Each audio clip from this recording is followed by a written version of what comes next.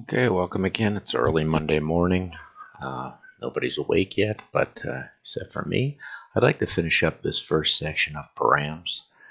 So let's jump in here and take a look at the last few sections under geometries. We're going to go from geometry, geometry cache, geometry pipeline, and on to groups and transform. Not too exciting. There's not incredible scripts to be looking at, but let's jump into it. Take it out of here. I'm going to have a few objects in here beforehand, and I'll show you why. But for right now, I'm just going to take them and put them on invisible. Oh man, I guess I have a lot there. Oh my gosh, select objects to hide, done. All right. So what I did was basically I'm taking a look at the node, the geometry node. Well, one thing I want you to know is geometry pretty much can take anything. So it can take points, can take vectors, and of course, you're not going to be able, you're going to see the vector point, but you're not going to see the vector, the plane. You're not going to see when I bake it in the cache, but it'll take all those wonderful cells that come out of curves, or wait, comes out of the vector tab, all the grids. It'll take lines, circles a line, take the polylines, take the polygons, take the solids, and take the meshes, and pretty much just keep going. What I did was I brought them all in as a merge, and here they are. And then here, the geometry cache takes everything that's in it. You can see there's 108 items in it, and that's because it hasn't grouped. This radial cell has all these lines making it up, and that's where all those geometries come from. Now, if I double click on this, I'm going to bake all the geometry, which is basically what I did. If we leave that, I'm just going to take this, ungroup that off. So let's go back in and look at everything. So you click that, and everything gets baked in. Pretty simple tool, but a nice tool, and I haven't been using it, until I've been going a year on this and never once used it. What I have here also is a geometry pipeline, which I think is pretty amazing.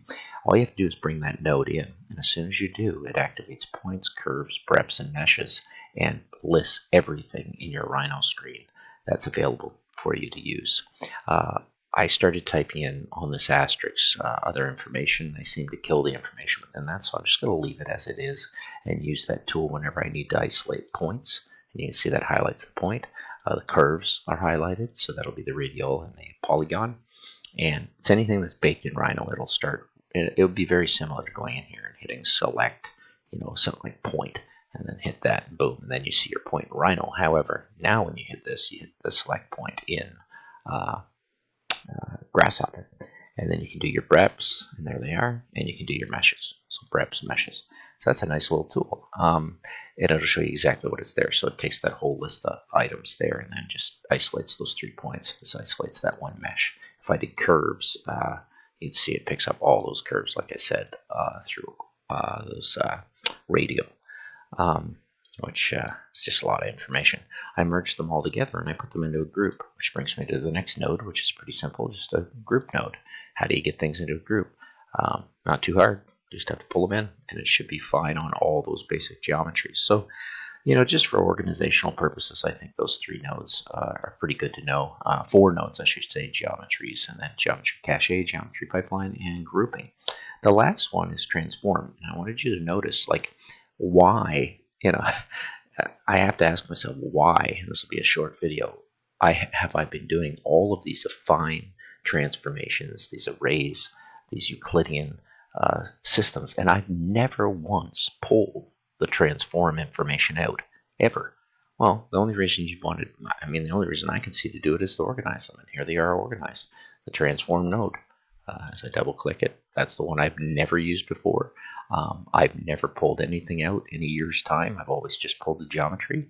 And once again, I'm showing you a full range of any one of those. And there's much more than that coming out in groups and singularity. And boom, you're left with all of those things. And you can see here, I pulled on a param viewer. I do that all the time just to do a quick count of how many items are in there.